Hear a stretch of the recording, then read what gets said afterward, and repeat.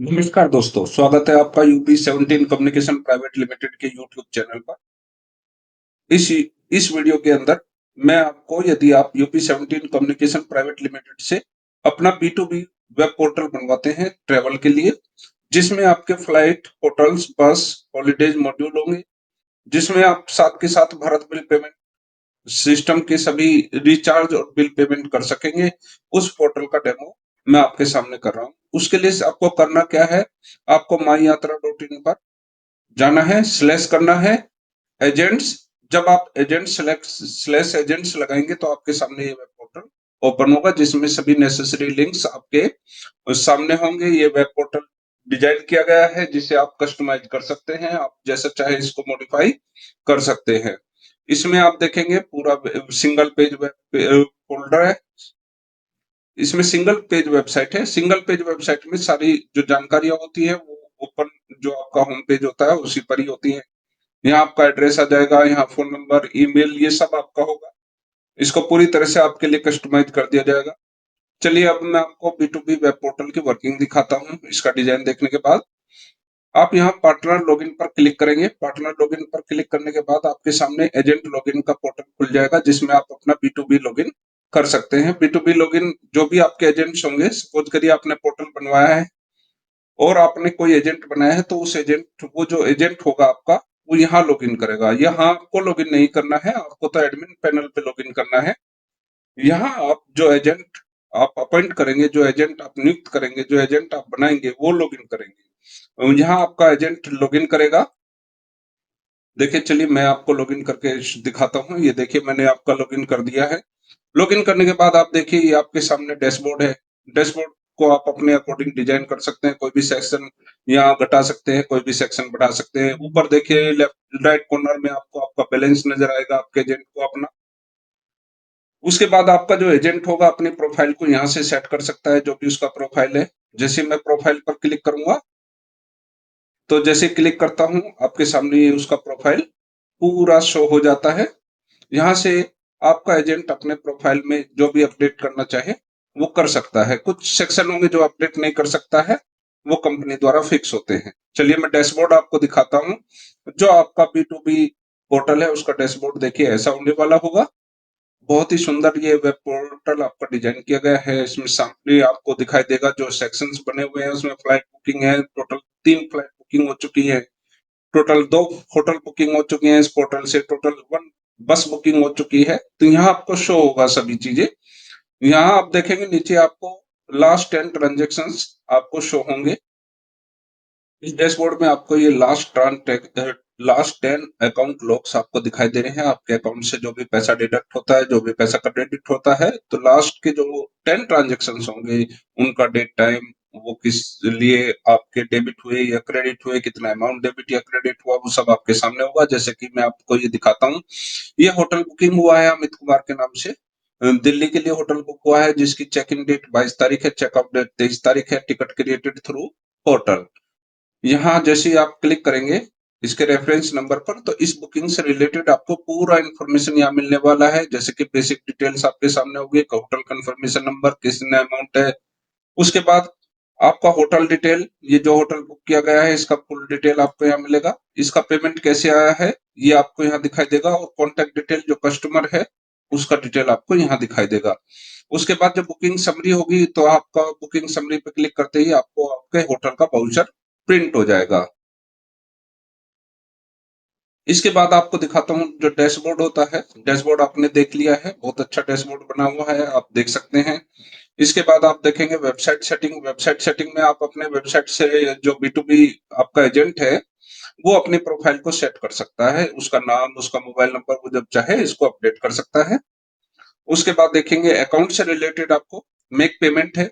Make payment में क्या होता है, जो आपका, आप तो एजेंट हो गए, जो एजेंट पोर्टल है ये अपने एडमिन को जो अमाउंट डिपॉजिट करेगा वो मेक पेमेंट से करेगा। जैसे कि मेरा बैलेंस अभी 4,800 कुछ था। अभी मुझे और बैलेंस चाहिए, तो उसके लिए मुझे बहुत सारी आपको ऑप्शंस आपके सामने होंगे। चेक, ड्राफ्ट, कैश, आरटीजीएस, इस तरह के सभी ऑप्शन होंगे, जिससे भी आप पेमेंट एक्सेप्ट करेंगे वो आप एडमिन पैनल से घटा सकते हैं, बढ़ा सकते हैं। चलिए मैं आपको एक डेमो करके दिखाता हूँ पे थ्रू यूपीआई। मैं यूपीआई से पेमेंट करता हूँ। सपोज करिए मैं 100 रुपए का एक पेमेंट अपने एडमिन को देता हूँ। उससे पहले मैं चेक कर लेता हूँ अपना बैलेंस। देखिए मेरा बैलेंस है 4,087 रुपए 20 पैसे। अभी मैं क्या करता हूँ, अभी मैं अपने अकाउंट को रिचार्ज करता हूँ, 100 रुपए से रिचार्ज करता हूँ, देखता हूँ बैलेंस बढ़ता है या नहीं, या कैसे मैं इसको मैनेज कर सकता हूँ। ध्यान रखना ये एक टेस्टिंग मोड है। इसमें सभी टेस्टिंग क्रेडेंशियल्स है। ये जो आपका जो एजेंट होगा वो आपको केवल यूपीआई से ही पेमेंट कर पाएगा। यूपीआई से पेमेंट करने के लिए क्या करते हैं, उसमें क्या होता है ना, आपको जीरो चार्ज देना पड़ता है। जीरो चार्ज अप्लाई होता है, यानी जितना पैसा आप लेते हैं उतना पैसा आपके एजेंट के खाते से डिडक्ट होता है। मैं इसको सक्सेस पे क्लिक करता हूँ, वेरीफाई एंड पे। उसके लिए कुछ वेट करते हैं, बहुत जल्दी ये जो आपका ट्रांजेक्शन है ये सक्सेस हो जाएगा, और सक्सेस होने के बाद वापस आपके पोर्टल पर रिडायरेक्ट हो जाएगा। रिडायरेक्ट होने के बाद हम चेक करेंगे ये ट्रांजेक्शन कैसे दिखाता है, कैसे ऐड करता है, ये सब आपके सामने मैं दिखाता हूँ।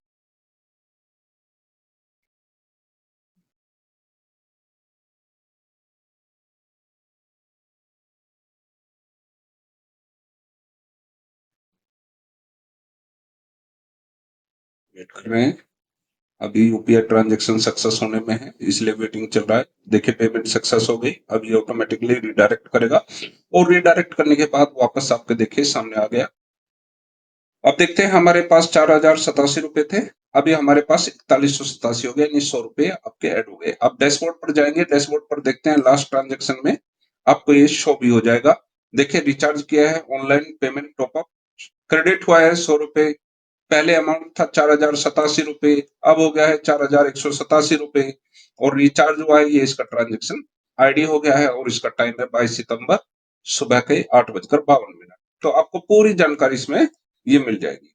पेमेंट हिस्ट्री में क्या होता है, जो भी आप पेमेंट करते हो अपने एडमिन को, उसको ये आपके सामने शो करता है। जैसे कि अभी हमने 100 रुपए का पेमेंट किया था, देखिए उस स्टेटस उसका क्या आया हुआ है, अप्रूव्ड। इसका डिटेल्स आप यहाँ से चेक कर सकते हैं। आप एक बात और खास देखेंगे, जो मेक पेमेंट है, आप इसमें अदर जो पेमेंट ऑप्शंस हैं वो भी यूज कर सकते हैं। जैसे कि कोई एनईएफटी करता है तो एनईएफटी का डिटेल्स आएगा, ये आपका एडमिन अप्रूव करेगा तो आपके अकाउंट में ऐड हो जाएगा। इसके बाद नेक्स्ट आपका चलते हैं बैंक के अकाउंट्स। ये आप अपनी कंपनी का बैंक अकाउंट देख सकते हो, अपने एडमिन का देख सकते हो, जिसमें आपको पैसा डिपॉजिट करना है। अकाउंट लॉग्स, यहाँ पूरा अकाउंट लॉग्स आपके सामने आ जाएगा। आप यहाँ किसी डेट से किसी डेट तक का अकाउंट लॉग्स आप चेक कर सकते हो, उसको एक्सेल में एक्सपोर्ट कर सकते हो। यहाँ सभी प्रकार का, यहाँ से आप अपनी एक्सेल फाइल डाउनलोड कर सकते हैं। इसके बाद देखिए flight section, flight booking list में वो उसी तरह से आपका जितना भी फ्लाइट आपने बुक किया है सभी की जानकारी आपके सामने आ जाएगी। कौन सा फ्लाइट है, क्या पीएनआर है, कितने अमाउंट का है, वन वे है, टू वे है, कस्टमर का नाम क्या है, कौन सा एयरलाइन है, सब आ जाएगा आपके सामने। ज्यादातर जानकारी देने का प्रयास किया गया है। इसमें देखिए आप रेफरेंस पर किसी भी रेफरेंस नंबर पर आप क्लिक करेंगे तो फ्लाइट से रिलेटेड आपके सामने सभी प्रकार की जानकारी आ जाएगी। इसमें बुकिंग डिटेल्स में क्या है, फ्लाइट संबंधी है, पेमेंट कैसे किया गया है, ticket created through API, API से टिकट क्रिएट हुआ है। यहाँ से आप इसका जीएसटी रिलेटेड इंफॉर्मेशन देख सकते हैं कि किस तारीख को आपका कौन सा अपकमिंग फ्लाइट है। आप उनको रिमाइंड करा सकते हो, आप उन्हें फोन पर मैसेज सेंड करके आप उनको उनका रिमाइंडर भेज सकते हो कि आपकी upcoming flight. Flight amendment list में क्या होता है, जो भी फ्लाइट आप कैंसिल कराते हैं, जो भी फ्लाइट में आप सीट चेंज कराते हैं, कुछ भी चेंज कराते हैं, तो वो सभी प्रकार की रिक्वेस्ट यहाँ आपको शो होती है। रिफंड लिस्ट, रिफंड लिस्ट में क्या होता है, जो फ्लाइट कैंसिल हुई है उनको जो रिफंड देना है उनका लिस्ट यहाँ आपके सामने आता है। इसी तरह से होटल्स में होगा, इसी तरह से बस बुकिंग में होगा। आप देख सकते हैं बस बुकिंग लिस्ट, बस अमेंडमेंट लिस्ट, और बस रिफंड लिस्ट। अब मैं आपको बुकिंग सेक्शन दिखाता हूँ। बुकिंग सेक्शन उसी तरह से होगा जैसे आपका B2C होता है। आप उसके लिए हमारा B2C का वीडियो देख सकते हैं। बस इसमें जो फीचर ऐड किया गया है वो फीचर है, जैसे कि आप दिल्ली से और सपोज करिए मुंबई के लिए एक फ्लाइट देख रहे हैं 30 तारीख के लिए, सर्च करते हैं। सर्च करने के बाद आप देखेंगे जो फ्लाइट लिस्ट आती है, आप उसमें ऊपर आप एक बटन मिलेगा आपको, शो नेट फेयर। ये तो होता है जो आपको कस्टमर को शो करना होता है, लेकिन जो पैसा आपके अकाउंट से डिडक्ट होगा, इसका नेट फेयर कितना होगा, वो आपके सामने इस प्रकार से आपके सामने शो होगा। बाकी आपको उसी तरह जो B2C में वर्किंग है, उसी तरह से वर्किंग इसमें होती है। आप जैसे कोई फ्लाइट बुक करते हैं तो बुक बटन पर क्लिक करके फ्लाइट को कंफर्म करेंगे। कंफर्म करने के बाद ये आपका सामने बुकिंग पेज ओपन हो जाएगा। जैसे ही आपका बुकिंग पेज ओपन होता है, यहाँ आप अपना कस्टमर का डिटेल फिल कर सकते हैं। कुछ भी कस्टमर का डिटेल आप डाल दीजिए। जो भी आपका कस्टमर है उसका डिटेल यहाँ फिट करिए। फिट करने के बाद आप कंटिन्यू पेमेंट पे क्लिक करिए। कंटिन्यू पेमेंट पे क्लिक करने के बाद यदि आपके वैलेट में इतना बैलेंस है जिससे फ्लाइट बुक हो सकते हैं, तो ये ऑप्शन माई वैलेट आएगा। अदरवाइज यूपीआई से आप पेमेंट इसका बना सकते हैं। माई वैलेट पे क्लिक करेंगे, पे नाउ।